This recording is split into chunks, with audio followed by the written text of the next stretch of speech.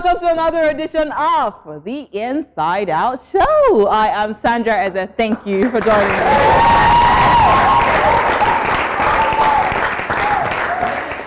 Okay, so today on the show, just before I get into what we're discussing, Charles. Hey girl, how you great. doing? What's good? You know, I noticed dark colors look good on you, ladies, right? You know, right? Right, guys, dark colors look good on me. Don't bully them into giving you an answer. You look nice, by the way. Thank you. Okay, so fashion aside, let's move on to the topic for today, which is quest for money. The reason we decided to treat this topic is because we know economy is hard, right? Every single person who is a Nigerian and maybe beyond understands the fact that things are changed, maybe not for the better yet. So people are aggressive about money making more than ever before. So it's like people do a lot of cruel things for money, like blackmailing people, Ponzi scheme. I don't know, a lot of us that were victims of it, and then prostitution and blackmailing and killing people and kidnapping and rituals. A lot of things are going on, and so the question is, why are we so crazy about money? Why are we so aggressive? What is it with this urgent quest for money? Like, I have to get rich quick today. It has to happen today. That's what we're discussing on the show today. And of course, as always, I have my panelists to help us discuss this further, different views, different perspectives, to get into our brain. And, you know, we have the average person as well. And then we have the professionals who would help us understand, why are people just so quick to do anything about money? Is it healthy? Is it right? What is the right way to see money? What is money to you? These and so many more questions are what we will be answering on today's episode of The Inside Out Show. See you after the break.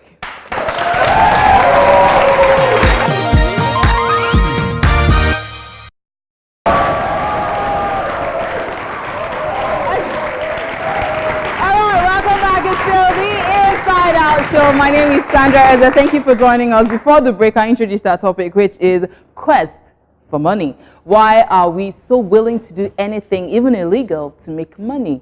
Why is that? And right now it's time to meet our panelists who would help us further dissect this topic and help us understand. We have different viewpoints here, which is what I love about the Inside Out Show.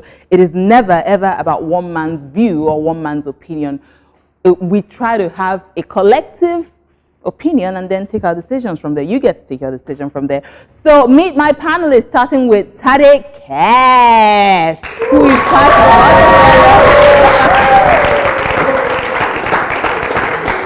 and we have the beautiful Priscilla Biolayo, who is a mental health ambassador. Thank you for being here. Next, Adewale Israel Ojomo, digital marketing and brand executive. Thank you for being here. And finally, Mr. Chris Ihewa, CEO, Stable Stage Productions. All right, so let's start this discussion. Chris, let me start with you. Adewale, I'm sorry. What is money to you? Money is what you get in form of value for a service you've rendered. That's the definition. What is money? Money. Cash. Money to you.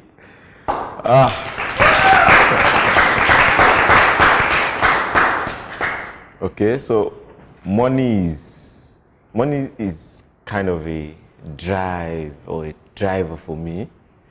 Like, when I have money, I think I'm on top of the world. You're happy?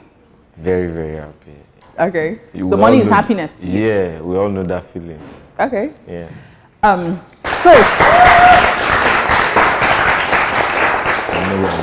what is money to you? Well, money could stand for plenty of things. Top on the list will be motivation. With money, you can practically do almost anything that you want to do. You go into the supermarket, see stuff you want to buy, you buy it.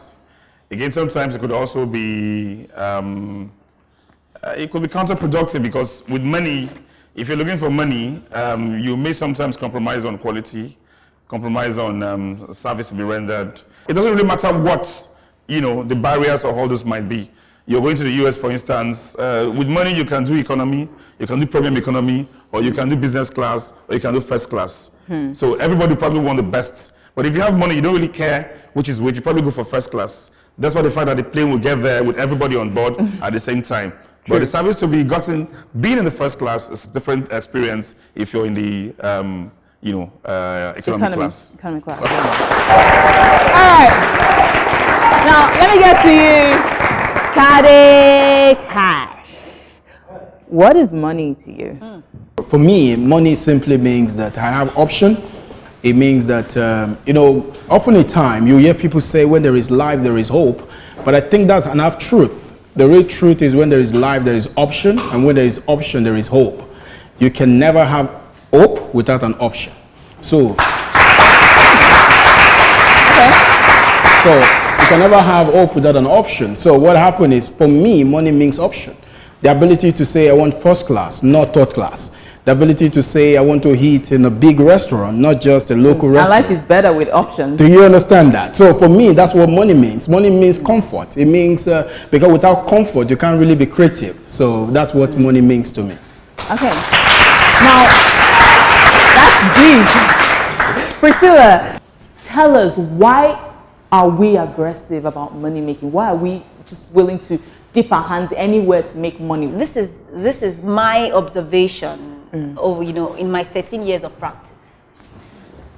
Money is an illusion. It does not exist. Yes. Let me give you an example. When you're in a car and you're driving, it seems like there's a pool of water in front of you. We call it the mirage. And then when you get there, you find out that, oh, it's not there. And then you see it further again, and then you continue. That's what money is like. It's an illusion. So it's something, that's why it's called currency. It keeps moving. It's not static.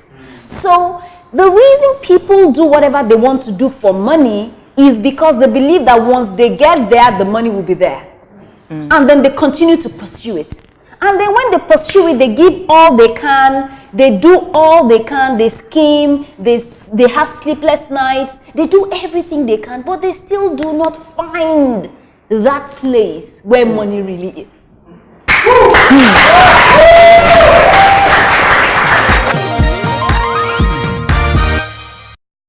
Coming up next on the show. People are killing, kidnapping, joining Ponzi schemes, prostituting, doing a lot of things to make money. Why are people so aggressive to make money no matter what it takes? As people do all sorts because they want a breakthrough. And that breakthrough is in monetary terms. When will we wake up and learn that this thing we are pursuing does not exist? So what is this then?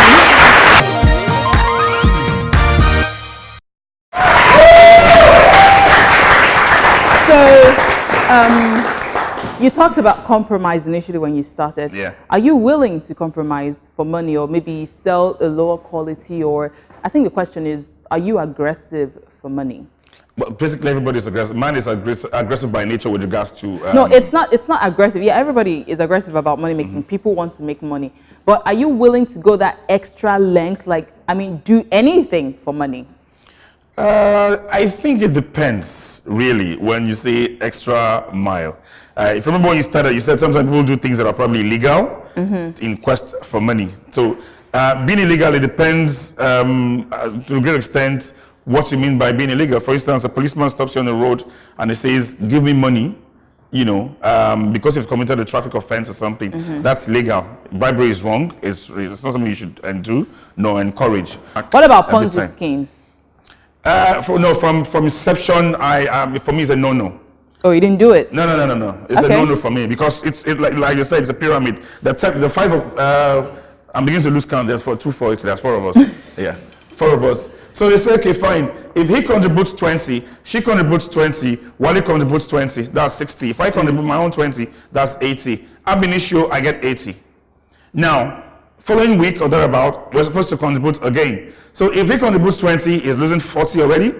Priscilla 20, she's losing 40. Wally another 40, she's losing another 20, he's losing 40. Now I drop 20. Remember, I had made initial 60, not including mine. So when I begin to pay back what I'm supposed to, in terms of giving them back what we're supposed to have done following week, I'm only dropping 20. And Anija initially had made 20%, 20K profit, as Extra, it were, yeah. so to say. So there's no way it will go like a round robin and it will be equal. End of the day, Someone is has going to lose. somebody has to lose. And in this case, not just one person losing. Probably might be, if it goes round in that way, he started first, she, and then Wale, I get to get money first. Really? At the end of the day, I might decide, listen, I'm not very interested. So it then depends on what can you do for me to give her money back. And if I say I'm not interested, there's a limit to what she can do to get money out of my pocket. She has lost. That's policy scheme, bottom line. Why are people so aggressive? I mean, obviously we don't have anybody here who's willing to do something illegal for money, but then you open the newspapers every day. People are killing, kidnapping, joining Ponzi schemes, prostituting, doing a lot of things to make money. Why are people so aggressive to make money no matter what it takes? I think the primary thing there is we went to school, sometimes we studied different courses in school, but we're never taught how money works. And so as a result of that, we live in a society that people are so arrogant but ignorant about how money works. So as a result of that, you find that a lot of people, they go to work for money, but they don't. So you said we're ignorant about how money works. Yeah, we're absolutely we're arrogant but ignorant about how money works. So we wake up every single day and we work for money without even knowing what we are working for. It's just like you have a boss, you have a CEO, and you work directly with the CEO. You don't even know who your CEO is. And that's what happened to most of us. So we live in a society where people don't understand money. And if you don't understand money, you will serve money for the rest of your life. And that's what So you see, people then live, the highest you live in life is 100 or 120. So I was sharing with someone very close to me sometime last week, and I was asking, because I'm an observer of life, and I learn from give me a grass, I would learn from it. I mean, I'm just an observer of life. Beautiful. Yes. So I was driving past and I was observing every single person on the road were either doing something, going somewhere. We all wake up every day from our beds because of survival. Because we're in pursuit of money. And not necessarily because we want to drive private jets or because we want to wear designer clothing, but because we need that money to survive. We want happiness like Adewale. You know, like Adewale. I'm still going to get to him. So, you know, we do that. And I was wondering, when was the earth created? How many centuries ago was this world created? How many human beings have really existed on earth? We cannot count, right? And then I observed that every single person has come and gone for the same pursuit. So we live 100 years, we live 80 years. We continue to sleep and wake up. Religious houses thrive on this. People go for vigils, people go for prayers, people do all sorts because they want a breakthrough. And that breakthrough is in monetary terms. When will we wake up and learn that this thing we are pursuing does not exist? So what is this then? Instead of this cash, this currency we are all pursuing, what exists? So that's why I smiled when Tade said that. We are arrogant and ignorant. So we are arrogant because we are afraid that what we all have always known, nobody should challenge it. So we do not want to learn what really money is. And then we are ignorant and we are passionately ignorant. You know, and he said something upstairs the other time. He talks about financial stupidity. So even the fact that you get it does not mean you can retain it. And that's why you see a lot of people die in poverty, and then they talk about transgenerational poverty, right? And then they go to religious houses to seek deliverance. Why don't we look at it this way? That it is not a spiritual thing. Why don't you look at it that, is it that a great-grandfather did not teach his grandson or his son how to manage money, financial wisdom, saving culture, business acumen? If he had probably taught him, is it possible that somebody would have a breakthrough and there is no witch anywhere pursuing them in their family? Wow. Wow. Okay. That's woo, digested. That's like, woo. Okay, well, let's move on from that. Now, a lot of people are of the opinion, this is part of the reason people pursue money from popular opinion out there, that money gives happiness, money gives you power, and money gives you influence. Chris, would you agree with me? It does to a great extent. Riding on the back of Priscilla's suggestion, money being some sort of an illusion, but it doesn't necessarily mean that because you've got money, it will do everything for you. There's a saying. But you said here that money does almost everything for you. Yeah, well, almost everything. There's a saying that in Ebola that if someone with people, I mean, you're close to your relations, you're mightier and greater than one who has all the money in the world. Is it like Ezia Fakego? Is that? Okay. Oh my goodness, can we not be both, please? No, it means the person I said, Ezia Fakego. The person I said, Ezia Fakego, means good name is better than money. Riches. Then the second one he said is, which is actually what he wanted to say, is that a person who has people is better than the person with a lot of money. Okay, please go ahead. Because if you have, for instance, all the money in the world, sitting right in front of you, which is literally and physically impossible. But let's even say you have plenty of money on you. There's a limit to, and you want to say you get from a location A to location B. Without a vehicle, you can't do that. Without some sort of mobility, you can't do that. But even at that, if you have all the millions in the world and you're crippled, you can't probably touch. Well, you need to call someone. Sometimes you might have plenty of money, but it does not necessarily, trickle down to you having that proper influence on those people. They probably will do things. I tell my people, for instance, my staff, my name is Chris. Don't go without MD CEO thing. Okay, Chris. Good morning, Chris. Good morning, Chris. Because you could, for instance, say good morning, Chris, and I say good morning. Immediately I walk past you. Exactly. So these things, it doesn't really matter that you have money does not mean you probably will cajole, influence, or drag power onto you. People don't care. About some people don't really care about this thing. Your money is your money.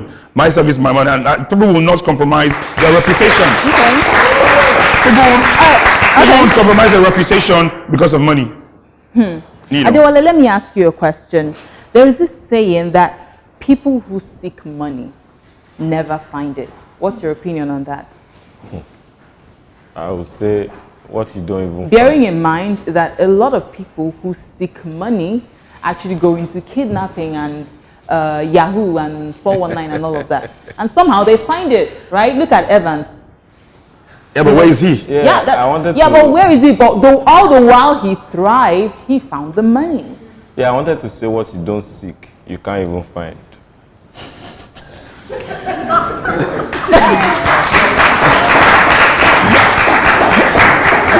let me know that, okay? Yes, if you are looking for your slippers and you sit down and it is under the chair, you won't find it until you seek. So if you seek money, you will find. If you do Yahoo, if you do kidnapping, because you are seeking money, as long as you find it, you are seeking and you found. Evans might be a bad example. I am not saying anybody should go into anything illegitimate to seek money. Just saying that assertion could be true for some people, but to a very large extent, I know if you seek something passionately, illegal or illegitimately, you will get it.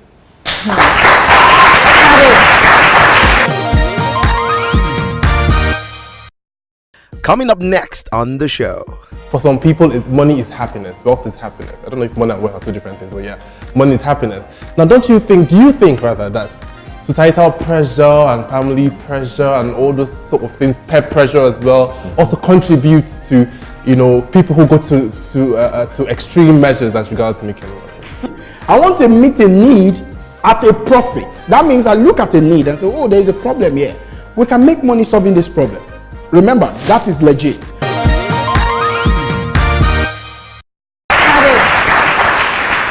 What's your view on that? If you seek something passionately, the focus here is money. So if you seek money passionately, you get it. Yeah, okay. To be very candid with you, and to say that to seek money, you may not necessarily find it. And I will give you the very practical reason for that.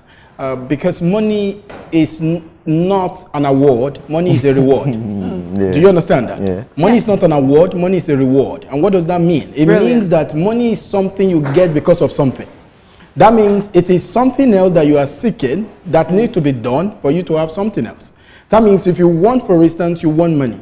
For someone to get money, for instance, even in an illegitimate way, he has to do something else to be able to get that money. So, because that money is now the focus, the person is willing to do that thing that is as illegitimate as it can just to get something else it's looking for. And that's what happened. But this is the truth. If you want money, you must be willing to do something else. And a lot of time, because people... Something outside the box? Something outside the box. That means if you want money, you must be able to do what people want to give you money for. Okay. Now, what happened is people are now willing to do something in a deceptive manner just to get the money because of the quest they are really looking for is money. Not because money is a reward, but money is the essence in itself. The moment money is the reason why you are doing everything you are doing, you can do anything for money outside of the boss. But if you are saying, I want to do things and I want people to pay me for the service I'm rendering them, that means the service becomes your focus, but at the same time, you are not losing focus of the money. That means you know that I want to deliver this service, but I'm not doing it as a charitable organization. I want to make money, but I want people to get, this is what I say. I say that I don't want to leave money on my table alone. I want to leave money on both tables. That means you get the money, and I get the money, you get the service. That means both of us are smiling. That means it's a mutual exchange. If that is not going to occur, and this is what happened, it's based on your value, it's based on what you value in life, it's based on what your ideal is based on. So some people chase money because that is what they just value. They just want the money for one thing sake. Wow,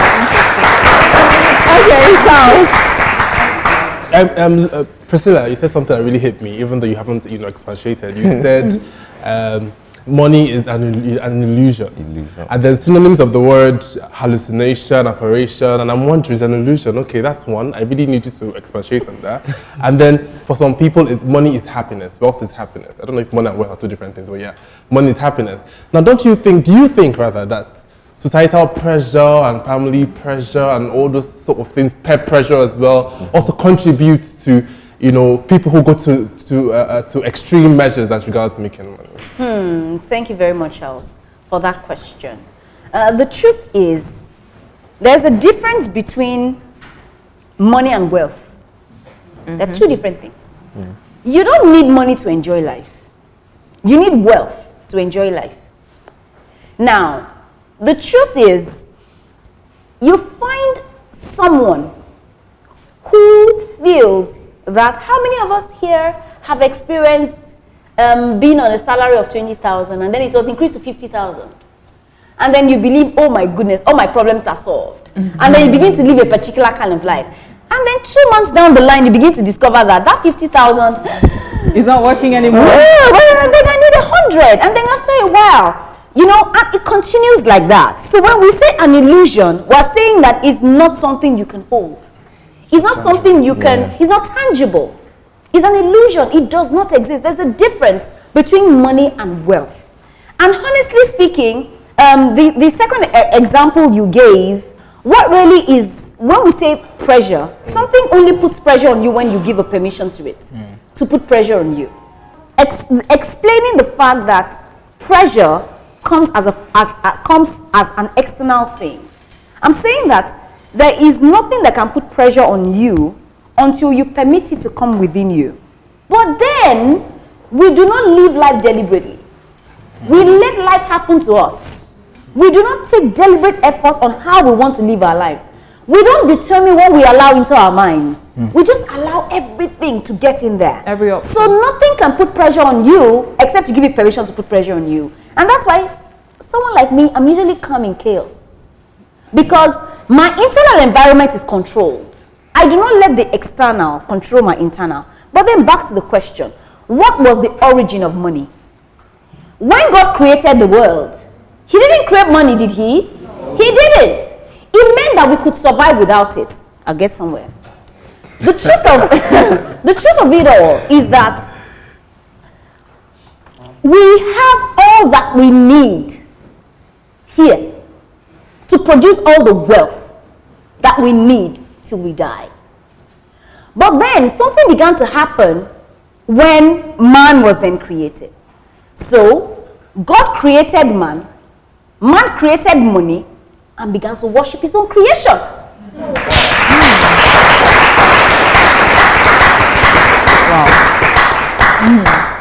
So what would transcend you being alive is the wealth that you were able to put together, not in monetary terms. Where are the people who made money in the 1920s or in the 1940s? Have you heard their names? No. But there are certain names that would continue to grow past the centuries because they have created wealth and assets. So when we do not put a differentiation between wealth and money, we continue to pursue the illusion, which is money, and not pursue the right thing that can last the test of time, which is wealth. I hope I've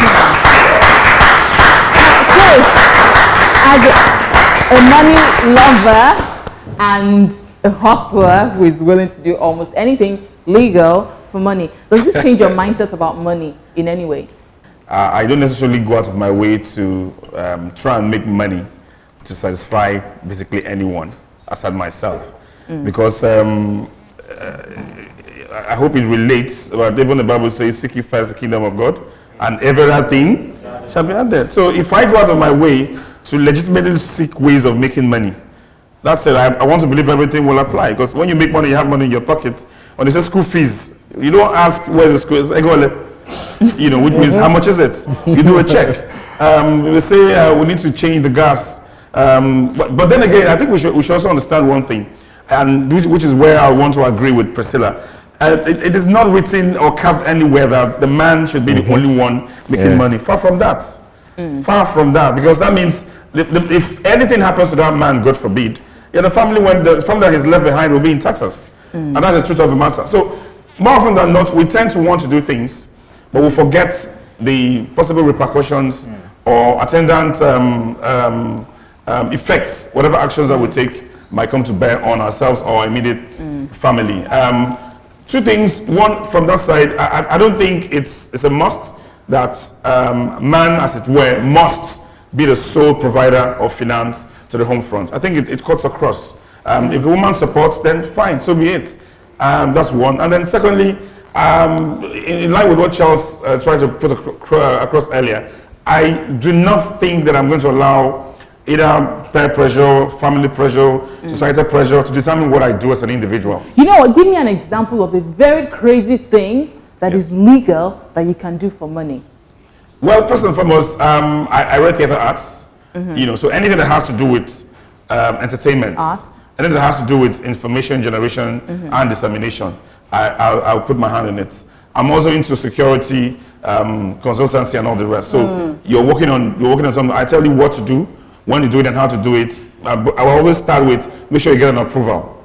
If you have an approval, either verbal or written, but I would say go with verbal, because what it does is it puts some sort of an arm on your pocket, and then when you are accosted, you can provide this. Listen, I've got approval to do this.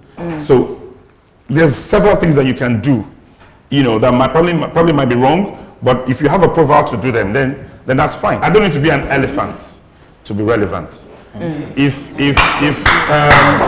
whatever it is you want to lay your hands on, and it starts from a minute point of view, and that can provide service, and then you can get paid for it, then that's fine. But then again, I also don't want to depend on what I cannot defend. So basically, if I'm working on something and I cannot categorically tell you this is how I initiated it, ab initio, this is what I'm working on presently, and this is probably where I'm going to end up with it. If I continue with that line, then it's a facade, and there's plenty of room to say it's going to fail end of the day. There's no two ways about it. It's going to fail.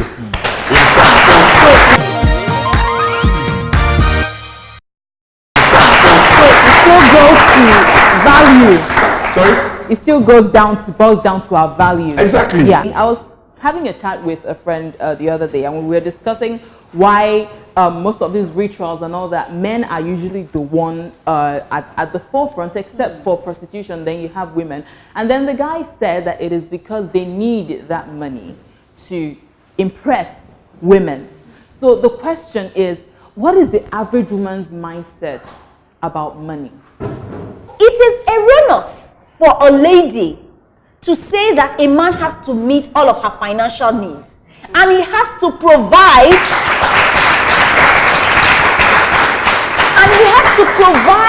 for every single dime in the home. It does not work that way. Now, if it were that easy in the labor market, you say you cannot date a guy who does not drive a car. If it was that easy in the labor market, buy your own car. Okay.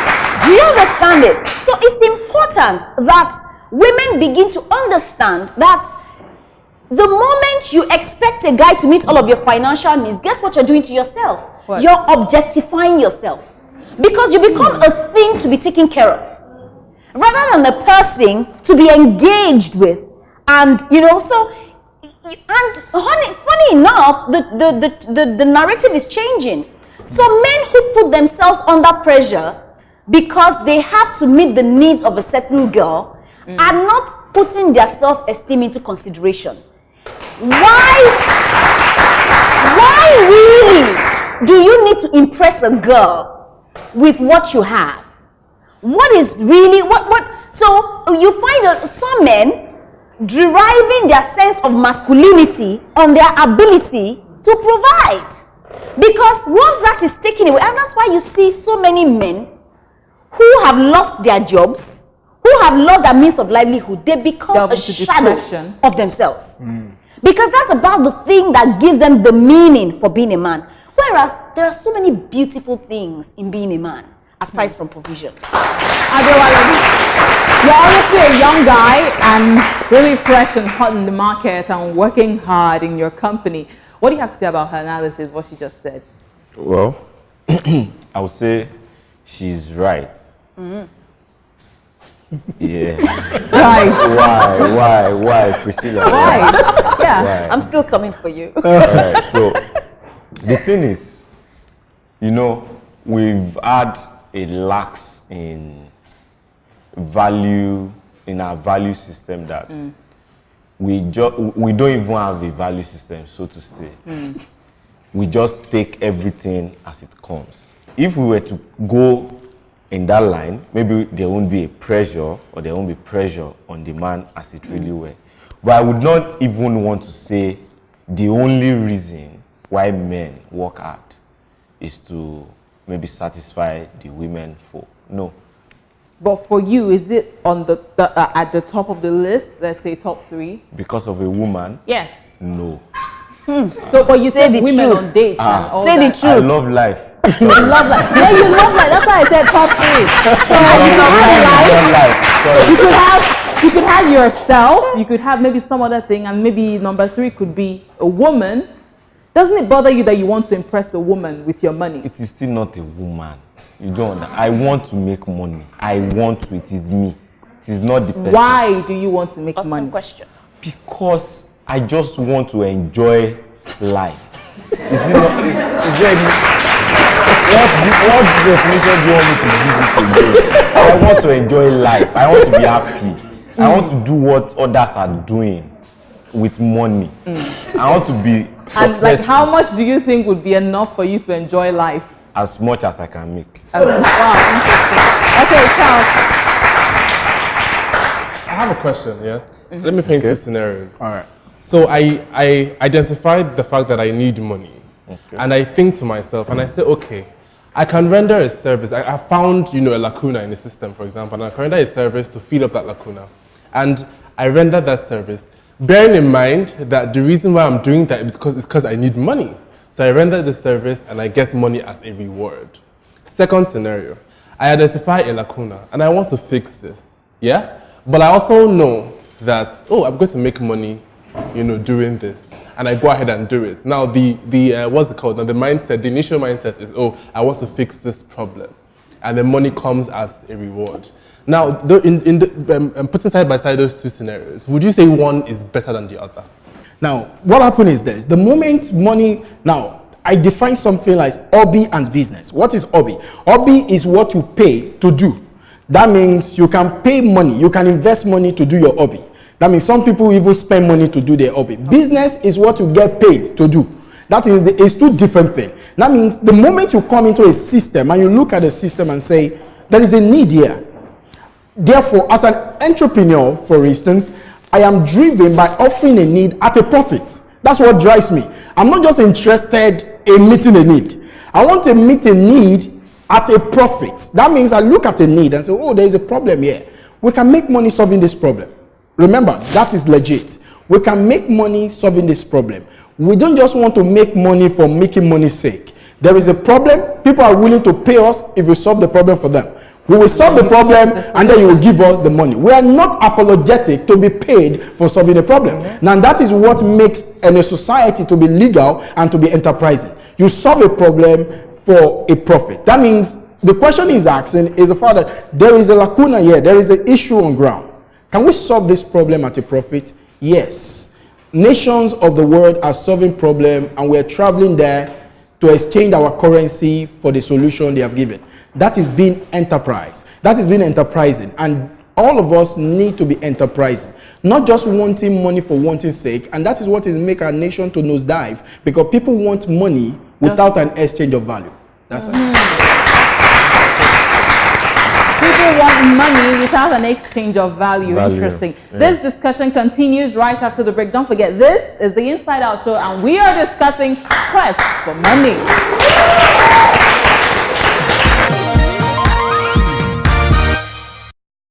Coming up next on the show. You mean you make money, you work to earn money. What do you do with the money? Make sure you get a financial education so that you can turn that money to an asset, so that your asset can pay for your luxury. When we understand that the values we bear at the long run will speak for us, I believe that the quest for money would be a thing of the past. Wealth generation is good. Just like he said, it's enough motivation for him to be happy to go out and try and see how he can make money. But if you do it illegitimately, or you try and do it from a negative point of view, you're going to get hurt. There's no doubt about that.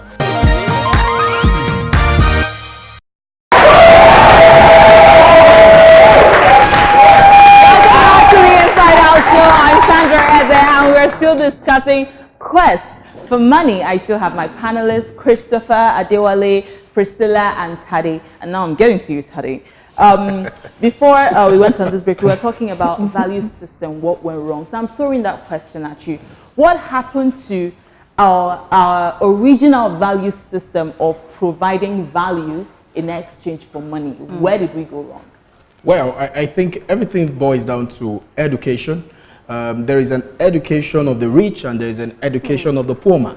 An education of the poor man is basically about going to school, getting a survival. And when you look at the economic history of our continent, you will realize that in 18th century, Nigeria and Britain, they are on the same space economically. And that shows us a lot of things. But along the line, something happened. You know, they started developing technology and we were not developing technology. So they have to divide the world and say there's a country called the third world country and there's a third country called the first world country. It is a sign of respect for them to call us a third world country, because what they wanted to call us is a backward country. But for us not to be able to be called a backward country, they need to look for a word to describe the continent of Africa. That's why we have the first world, the second world, and then the third world, because it's three people in the class. One is the first, the second, and the third. That means the last. That means they're simply saying this is the last continent. And what makes us the last continent is because of our financial stupidity and our wealth genotype. You must learn to turn the money you have earned to create things that can pay for your luxury. A lot of time, people don't know how to create assets that can pay for the luxury they want. We enjoy too soon, and that is why our enjoyment does not last.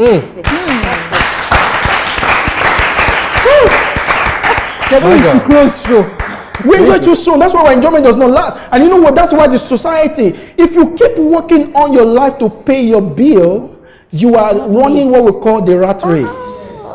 And that is why a lot of people get hung in that space. You mean you make money, you work to earn money. What do you do with the money? Make sure you get a financial education so that you can turn that money to an asset, so that your asset can pay for your luxury. Because you need luxury, you need to live well. But the question is, what is going to pay for it? Your sweat or your asset? You need to answer that. And that's what a lot of people never answer. Right now. And Sandra, and to add to that, Okay. you love your child so much that you said, I don't want my child to suffer what I have suffered. But then what truly is love? Is love to get indebted such that when you're gone, that child then suffers. Yeah. So you really need to weigh what really you're saying. So we enjoy too soon, like Tadi said. We need to also teach our children, and that was what I said about transgenerational poverty. We need to teach our children that it's the fact that I'm teaching you delayed gratification and discipline is not to mean that I don't love you. In fact, I'm teaching you a higher way of life that will pay your future. So what are we doing? We're spending our future today. We're living the future already today, because the extra money that we have spent, aside what we are available to make, where is it coming from? It's coming from the future. You earn 50,000 naira as salary, and then you spend, by the time you calculate your expenditure for the month, you spent 80,000. There's an extra of 30,000, isn't it? Where did that 30,000 come from? It came from the future, from your next pay. And then people continue in this cycle. And then as Tade said, by the time they're on their deathbed, they discover that all they have been doing, Paying back loans. is surviving and living. Sorry, let me say this in closing from my end. I say this to everywhere I've been along the world, that this is it. Which one do you prefer? To send your child to a very expensive primary school and secondary school, or this? So that now, student, after you have done all that, your children now went to one of our wonderful schools in Nigeria, or you are building an asset where you send your children to a moderate primary school and secondary school, and then you send your child to Harvard University, or to Yale University, or to Stanford University. Excuse me, people don't go to Yale because of schooling. People go to Yale because of network. People don't go to Harvard because of schooling. People go to Harvard because of people you are going to meet there. Never, there is no child that will go to Harvard and his life will remain the same. It's never the same. Why? Not because of the schooling or the grade, but because of the people you have met. That is investment. That means I would rather say, come on, I'm investing for you now. If that is all I have given my son, it will forever be grateful for it. Because you know why? It will say, oh man, the son of the Sheikh of Dubai is my classmate. Now I want to fly to Dubai. I want to meet my schoolmate. You know why? That is what they don't want you and I to build. Because you know that life needs leverage. What leverage are you building for the next generation? Or are you just living now so that there is nothing more? So that they will begin. You see, poverty is not a cause if you end in one generation. Poverty becomes a cause because it's a function of financial stupidity when you transfer it to your children. And you transfer it to your children because you are negligent, because you don't understand what you are doing. You want to impress your co-workers at work. You want to prove that you can also send your children to a higher school that you're sending your children. And then when the time comes, you can't do anything. It's better we weigh the priorities and we're able to do what will change the next generation. When you're on your dying bed, one thing that is more important is that I want my children to look at me. My true measure of success is that my children will look at me candidly and say to me, Dad, you are my hero. Wow. Now it's time to get questions from our audience. Let's have your question, please. I personally believe we should move beyond quest for money to quest for meaning. If as individuals we decide that we want to live a life of purpose, our intention and vision will not be to look for money, but to find meanings for our lives. Somebody once said that it's not a millionaire is not someone that has $1 million in his account, but someone that have influenced millions of lives. So if we change our orientation, change our value system, like somebody said, we begin to understand that it's not really the clothes that we wear, but the values we bear. When we understand that the values we bear at the long run will speak for us, I believe that the quest for money will be a thing of the past. And beyond that too, I strongly believe, like somebody said, that if we live our life not to impress people, we'll not end up depressed. The reasons why people do all sorts to get money is because they want to impress A, they want to impress B, they want to impress C. At the end of the day, we depress ourselves. So what's my take? I believe that we shouldn't pursue money. We should pursue meaning. Our lives need to be meaningful. And I'll end with this quote, that shortcut to riches will cut a man to pieces. Thank you. Now, you see, the fact that the fact that I tell you truth is not to mean that I can't tell you a lie. In fact, I read somewhere also in the same social textbook, in the social studies textbook, it went viral one time that they said parts of the body, eyes for seeing, nose for perceiving, head for carrying load. In our social study textbook. So that tells you the level of ignorance and erroneous teaching going on in our educational system. Our great-grandfathers did not go to school because you see, there is a difference between being educated and being literate. You can have a PhD but be financially ignorant. And you can be a financial illiterate because there is also the place of native intelligence. Our mothers had that thing in there and they knew how to duplicate their money. They knew how to expand their businesses. So the truth of the matter is that if people who are meant to review the curriculum are not reviewing it, then we are setting up our children for failure.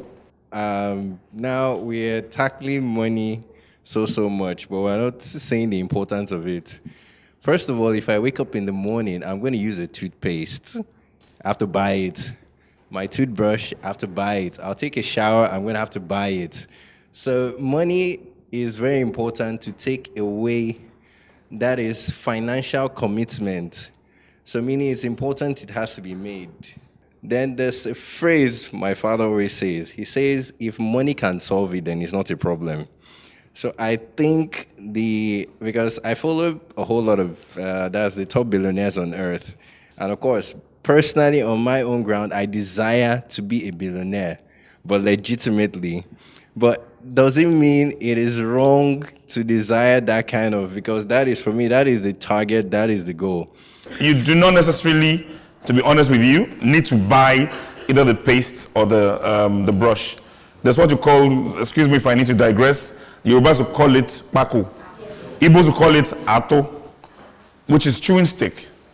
You know, we need to begin to learn to live within our means. It's extremely key, it's extremely important. You know, you need to begin to live within what you can afford, basically. Moving from from location A to location B, coming here, for instance, I literally had 3 choices. One was to drive down, which is what I did. The other one was to move out of my house, walk a bit, and get a bus. From bus stop to bus stop to bus stop to get to this location. The other one is to sit at the comfort of my home and call for either of the 2 well-known commercial means of transportation. If I probably call their name, that's advert. I'm not sure they're paying us, but you all know what I mean. One starts with a U, the other one starts with a T. That's enough advert for them. So, but I can sit in the comfort of my home and call them, I pay them. But I think that is one thing that we as youths should please, let me emphasize on that. Please do not try to live above your means. You'll get your hands burned. You're going to get your fingers burnt. Try to live within what you can afford. Wealth generation is good. Just like he said, it's enough motivation for him to be happy to go out and try and see how he can make money. But if you do it illegitimately, or you try and do it from a negative point of view, you're going to get hurt. There's no doubt about that. Live within your means. Very key. Okay. I always believe that we should focus on discovering who we are, purpose, and delay gratification. My question will go to you, Priscilla. You know, I'm from Imo State, and I know the Igbos, they put a lot of pressure. Not a general thing, you know. Okay, so a lot of pressure. If you don't have money, forget your mother will not respect you. In fact, they will tell you that your younger brother who brings money will like, when your younger brother talk, I believe, but when you people talk, I don't. Now, don't you think you have it's going to affect the mental wellness of that person? So what will that person do? Thank you.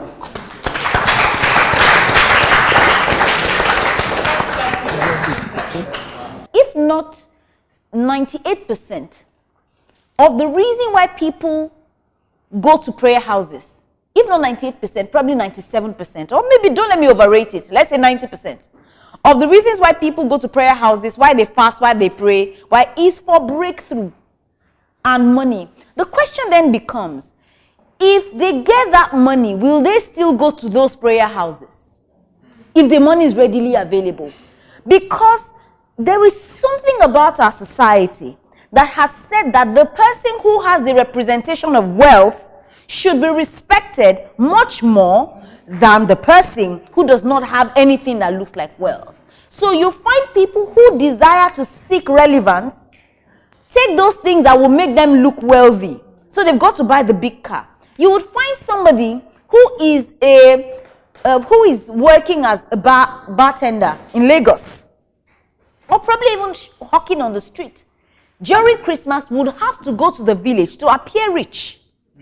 And that's the time the person wants to wear the new clothes because of the expectations. Now, the point that I made earlier is that nobody can pressure you to being who you are not.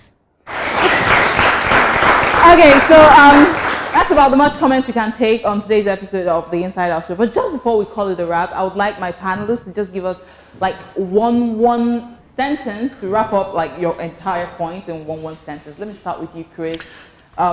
What's the best solution to making money? Best solution to making money is, first and foremost, what value are you rendering? What can you, as an individual, offer in return for money? And if you offer it, can somebody else offer something equivalent? What's that value that you're offering in exchange for money? If you understand what that value is, then you can work on it, so that when perchance you're able to get that money, you make it, you maintain it, and you retain that value that you're able to add, because that is a key element of money making. You're rendering a service, either a service or you're providing some sort of goods, as it were, but you need to have value. It's not enough to say you're doing this, but are you doing it better than somebody else? And that's a whole paragraph. What you understand? Yeah, thank you.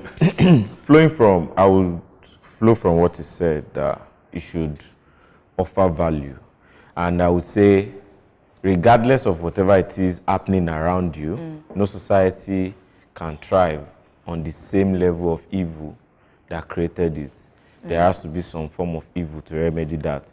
Regardless of whatever happens around you, stick to the good values. Stick to what your conscience can, on a daily basis, go with. And I feel when you work towards that, you would actually make good gains and be happy deep within you and make Mr. Happiness. Yeah. Moving on to you, to wrap up, I would simply say that you don't need people's permission to become the person you choose to be. You don't need anybody's permission, and you don't owe anyone an explanation to choose to do what you want to do. The time you're wasting explaining to them, you would have been using it to do what you're meant to do. Don't let your talking be what you waste your time on. Let your doing be the results that they see. So that at the end of the day, you understand that you are not pursuing something that you would never meet, but you're pursuing something that would stand the test of time. Fantastic. And Mr. Tadek, I love your name. Like, that's deliberate, isn't it? All right. It's working. I like it. Yeah, so money making is a skill, not a secret. So going forward, everybody should know that just like you learn the skill of riding a bicycle, you can learn a skill of making money. It's not a prayer point. It is a skill. So everybody should go back home with that mentality that I can develop the skill of making money, and it can be done by everyone. Thank you. Charles? You said it all. You said everything. You said it all. Fantastic. Money making is a skill, which I'm yet to learn a lot about it. I mean, I learned a lot. I'm not even sure how to wrap up because I learned a lot. So I think I'll just leave it where you guys ended it. And I hope you watching, I hope you learned a lot. My audience, it was a good show, right? Okay,